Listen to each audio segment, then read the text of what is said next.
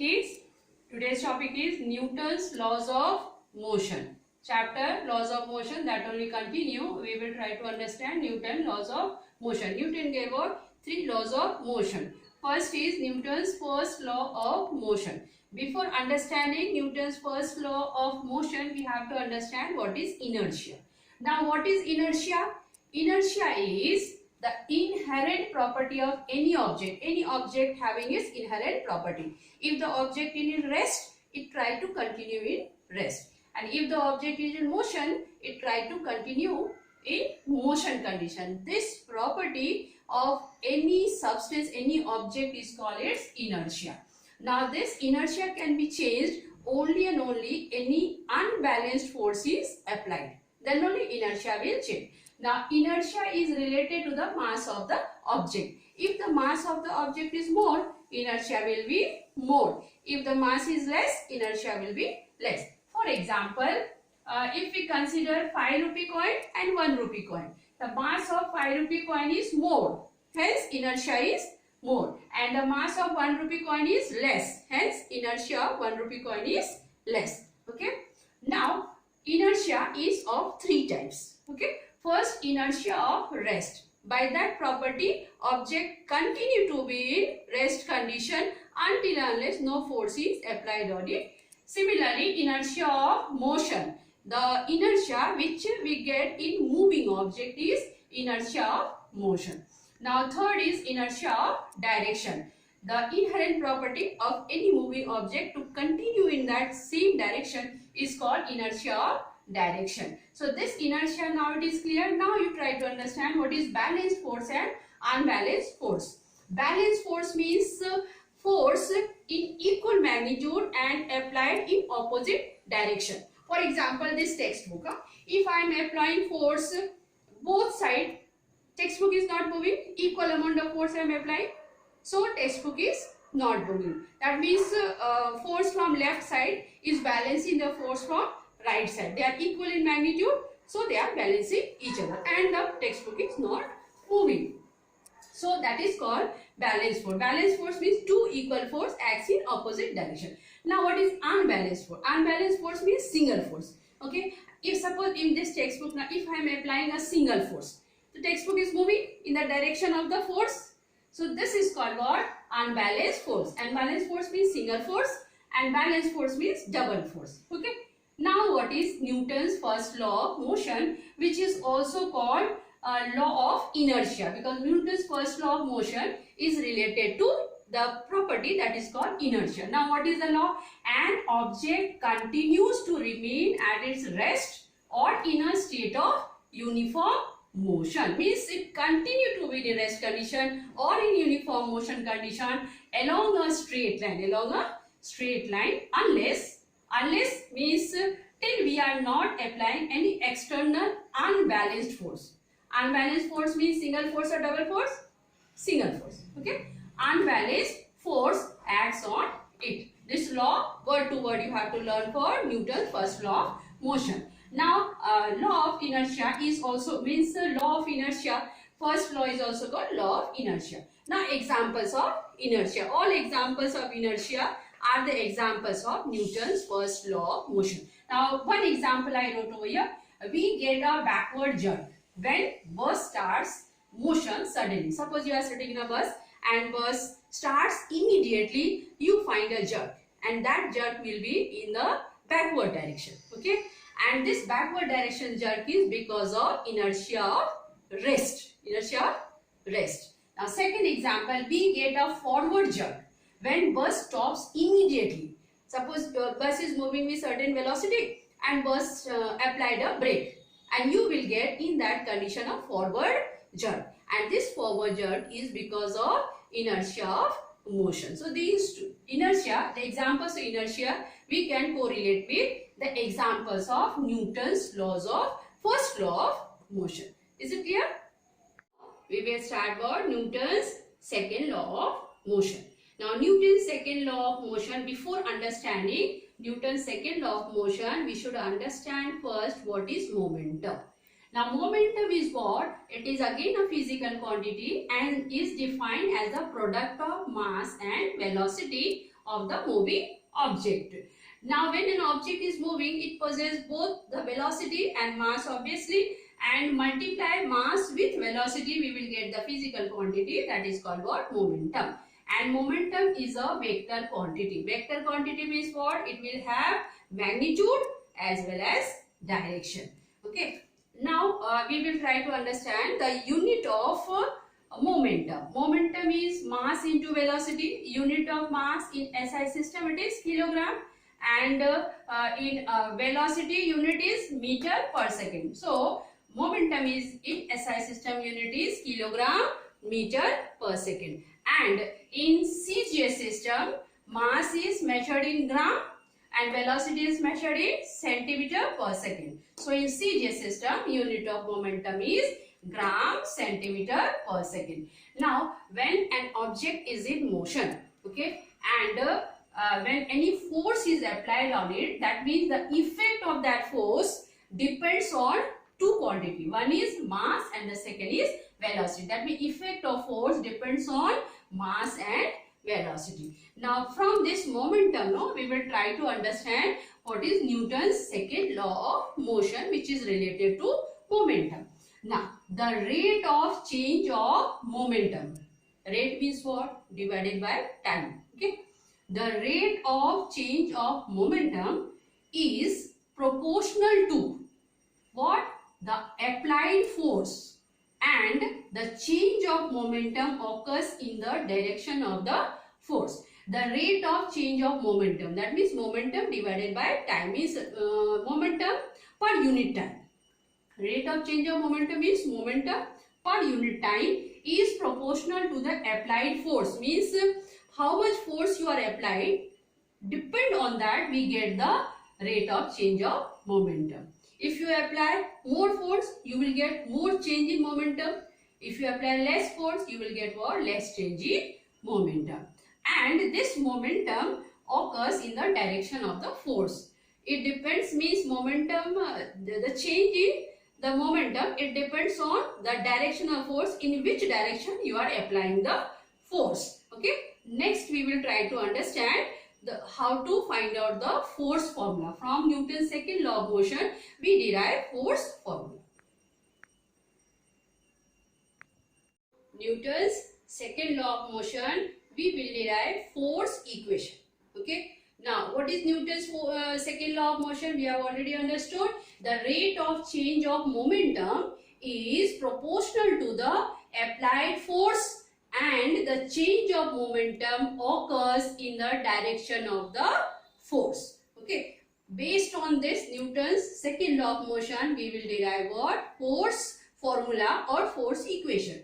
Now see, suppose an object having mass m, okay, and initial velocity moving with a certain velocity, that is initial velocity is u, and a force F is applied, okay, and that force is applied for time t. So after application of the force, the velocity will change, and let's suppose that v, small v is what? Final velocity after force is F, force is applied on that moving object. Now what is momentum? We have studied now. Momentum is what? Mass into velocity. So initial momentum will be given by mass into initial velocity. So mu is initial velocity.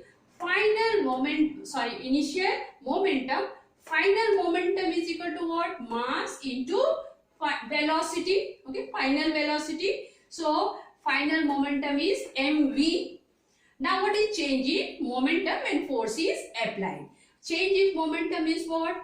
mv minus mu. That means final momentum minus initial momentum.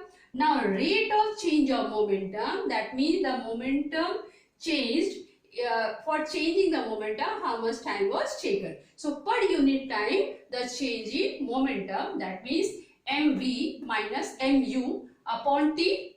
Now in this both we are getting m is common, take m as common, so in the bracket we get what? v minus u and t upon. Now as already we have understood the formula, that is acceleration, okay. Now acceleration or A is given by final velocity minus initial velocity upon t. That means rate of change of velocity is acceleration. So in place of v minus v upon t, we can put A, that is acceleration. So rate of change of momentum is equal to ma, mass into acceleration. Now from Newton's second law of motion, we find the rate of change of momentum is proportional to applied force. So we can write F is directly proportional to mass into acceleration. F is force directly proportional to mass into acceleration. This is for the rate of change of momentum. So force is directly proportional to rate of change of momentum. Now remove this proportionality sign. Now we have to put one constant where k is equal to 1. F is equal to kma. Now remove this k because k value is 1. So we are getting force is equal to mass into acceleration, or F is equal to ma. This is called force equation. So this force equation we have derived from Newton's second law of motion. So force is equal to mass into acceleration. Now what are the units of force in SI system and in CGS system? Now unit of force in SI system is Newton. In SI system it is Newton, and 1 Newton is equal to what? 1 kilogram multiplied by 1 meter per second square. This is acceleration. This is mass and acceleration. That is kilogram meter per second square. And CGS system it is dyne. That is gram centimeter per second square. G is mass and centimeter per second square is acceleration. So it's SI system, CGS system, Newton and dyne are the units. And how Newton and dyne are related? 1 Newton is equal to 10 raised to 5 dyne.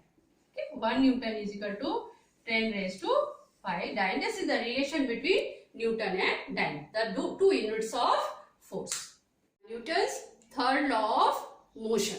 Newton's third law of motion is also called action and reaction. Okay, in Newton's third law of motion, we get two forces are acting together. One is action and the second one is reaction. Now what is the law first? We'll understand them after the examples related to the law. Now what is Newton's third law of motion? Every action force, okay, has an equal and opposite reaction force. Every action force has an equal and opposite reaction force which acts simultaneously. And both the action and reaction force act simultaneously, means at the same time. Okay, when you get the action force, immediately you get the reaction force. But thing is what? Action force and reaction force is not applied on same object. Okay, they are not applied on same object. Now in nature, force cannot act alone. A single force cannot exist, because you have seen that one action force and immediately there will be a reaction force. So force always exists in pair. It always acts in pair. When an object applied a force on another object, suppose you are pressing desk, okay, at the same time, that means you are applying action force, and desk is also applying a force in opposite direction, that is what? Reaction force. When an object applies a force on another object, the latter, means the another object, also simultaneously applied a force on the former object. That means someone is applying action force, immediately it get a reaction force from that object. Okay.